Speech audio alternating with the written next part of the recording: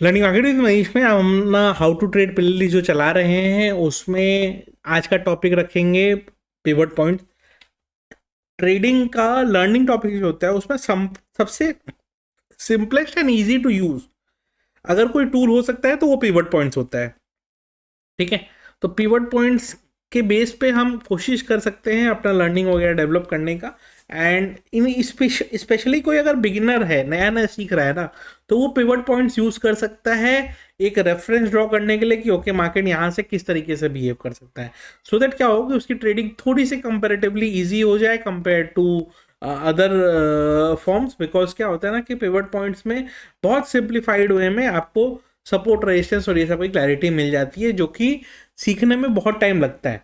ठीक है, तो पिवट पॉइंट्स बनते कैसे हैं मैं कोशिश करूंगा थोड़ा सा वो भी समझाने का, सो दैट क्या होगा थोड़ा सा आपको उसका भी आइडिया लग जाए कि ओके कोई नंबर है तो कैलकुलेट कैसे होता है।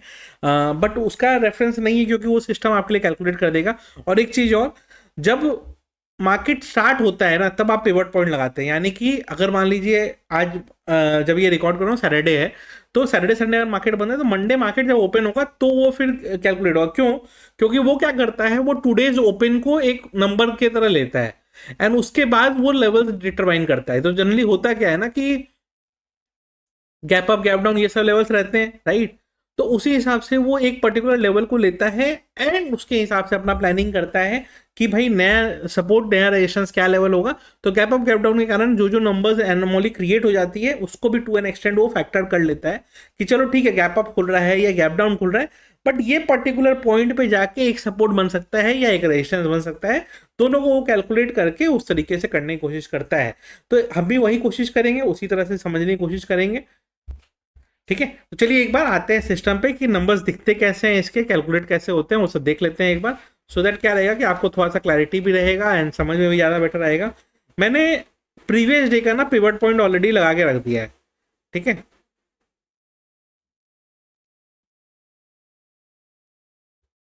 अब ये अगर हम बात करें ना तो ये जैसे मैंने बताया आपको कि जैसे ही ओपनिंग होती है तो लेवल डिटरमाइन करता है। तो प्रीवियस जो एवरेज क्लोजिंग थी वो ये पॉइंट की थी, तो उस हिसाब से पिवट का एक सेंटर लाइन इसको हम कह सकते हैं। फिर इसने फर्स्ट सपोर्ट क्या ड्रॉ किया था, ये सब फर्स्ट सपोर्ट ड्रॉ किया था। ठीक है, अब ये फैक्टर क्या ले रहा है कि प्रीवियस की एवरेज क्लोजिंग, प्रीवियस का डे लो और उसके नीचे का नंबर। ठीक है, तो ये रेंज को ये निकालता है कि प्रीवियस का हाई क्या था। ठीक है, तो प्रीवियस डे का हाई समवेयर और यहाँ पे था। ठीक है, एंड उसका लो क्या था, ये था। उसको फैक्टर करता है ये एंड प्रीवियस क्लोजिंग से सब्ट्रैक्ट करके ये एक नंबर निकालता है जो कि फर्स्ट सपोर्ट बनता है। ओके, अब और उसी तरह से ये क्या करता है कि प्रीवियस डे का लो, ठीक है, उस लो को दो बार फैक्टर लेता है। चूंकि लो को दो बार फैक्टर लेता है तो रेजिस्टेंस बहुत क्लोज आ जाता है। क्यों? क्योंकि ये मार्केट का मोमेंटम भी जज कर रहा है ना कि मार्केट का मोमेंटम अगर डाउन साइड है तो सपोर्ट बहुत एग्रेसिवली नीचे शिफ्ट कर जाता है, वेयर एज अगर मार्केट का मोमेंटम डाउन साइड है तो रेजिस्टेंस छोटे छोटे दूर पे आपको आएगा। तो इसलिए क्या है कि यहाँ पे आपको नंबर्स क्या दिख रहे होंगे, यहाँ पे नंबर्स आपको दिख रहे होंगे, रेजिस्टेंस 1 बहुत क्लोज है, रेजिस्टेंस 2 उसके बाद थोड़ा सा ऊपर है। ये मिड कैप पे लगा हुआ है, इसको मैं अगर ये कर दूं, निफ्टी पे कर दूं,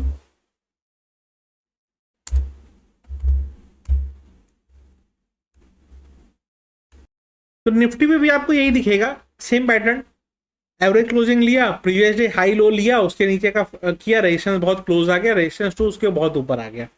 ठीक है, अब यही सेम चीज जब होगा नेक्स्ट डे का जब होगा तो प्रीवियस क्लोजिंग ये है, एवरेज क्लोजिंग यहाँ की है, डे लो भी यहीं का है। ठीक है, तो हाई लो फैक्टर करते हुए समवेयर ओवर ईयर ये बनाएगा नेक्स्ट डे का मिड पॉइंट। ओके, अब नेक्स्ट डे का मिड पॉइंट यहाँ पे बनाएगा, लेकिन अगर नेक्स्ट डे का मिड पॉइंट यहाँ पे बना रहा है तो जैसे कि हम लोग ये सिस्टम जानते हैं ना कि support become resistance, resistance become support, तो ये सपोर्ट जो है ये आपका अब रेजिस्टेंस का काम करेगा, राइट? तो नेक्स्ट डे के जब लाइंस बनेंगे सुबह सुबह तो वो ये बनेंगे आपके, तो ये फर्स्ट रेजिस्टेंस हो गया। उसके बाद नेक्स्ट रेजिस्टेंस क्या होगा, 730 के ऊपर निकलेगा तो उसके बाद आएगा 850 का जोन, उसके बाद आएगा आपका 950 का जोन। ये तीन रेजिस्टेंस पॉइंट बन के आएंगे। जब बन जाएगा ना तो चेक कर लीजिएगा, दो चार पॉइंट ऊपर नीचे होंगे।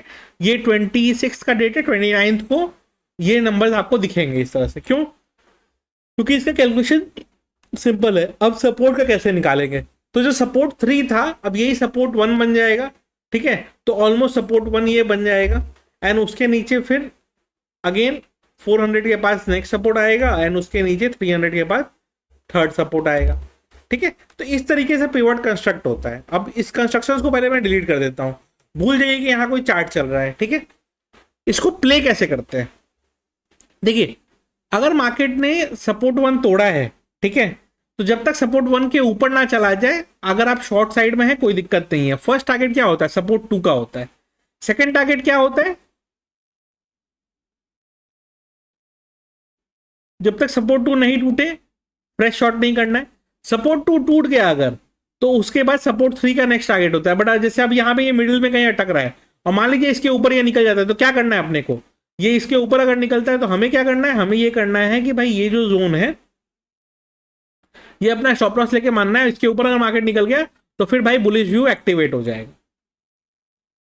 ठीक है, तो वो ध्यान रखना है अपने को कि अगर एक सपोर्ट है एक रेजिस्टेंस है तो उसी हिसाब से प्लान करना होगा और प्ले करना पड़ेगा। ठीक है, अभी सेम नेक्स्ट डे अगर मार्केट ओपन होता है तो हमको क्या दिखेगा, हमको मान लीजिए सपोर्ट, अभी ये जोन हमको रेजिस्टेंस वन दिखता है। अगर रेजिस्टेंस वन पे मार्केट आके वहां हर्डल लेता है एंड वहां से फिर टर्न करता है तो हम रेजिस्टेंस से रिवर्सल प्ले कर सकते हैं।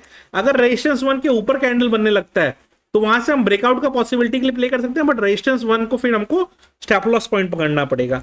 तो उस तरीके से हम प्लान कर सकते हैं एंड अकॉर्डिंगली फिर रेजिस्टेंस वन के ऊपर टारगेट क्या रहेगा, रेजिस्टेंस टू का टारगेट रहेगा। ठीक है, उसी के बाद क्या होगा, रेजिस्टेंस थ्री का टारगेट आ जाएगा। बट मैं ये कहता हूं कि अगर आप सेटिंग्स लगा रहे हैं तो pivot points classic and three लगा लीजिएगा। ठीक है, एंड टाइम फ्रेम डेली कर लीजिएगा, क्लासिक कर लीजिएगा।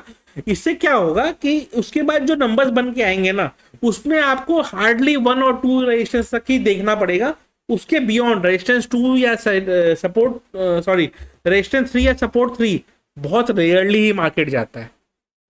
ठीक है, तो सपोर्ट वन से सपोर्ट टू तक अगर आया, फर्स्ट टाइम एक बार बुकआउट करना है, फिर वेट करना है सपोर्ट टू दोबारा कब टूटेगा, फिर अपॉर्चुनिटी बना सकते हैं एंड उसके बाद ट्रेलिंग स्टॉप लॉस लगा सकते हैं या फिर अपना सपोर्ट टू को ही एसएल बना सकते हैं आप। सिमिलरली अगर मार्केट मान लीजिए रेजिस्टेंस वन के ऊपर निकलता है तो रेजिस्टेंस वन का लाइन आपका स्टॉप लॉस बन गया,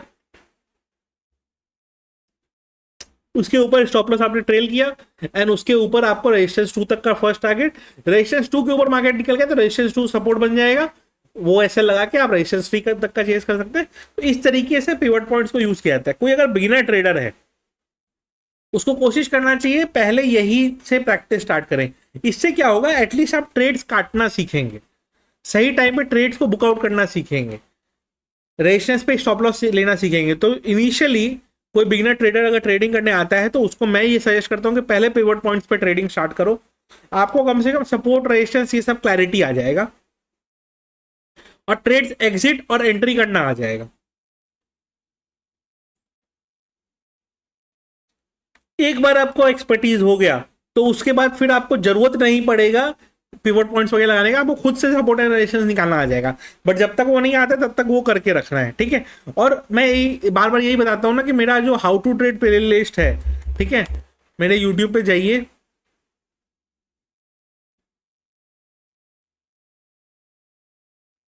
मेरे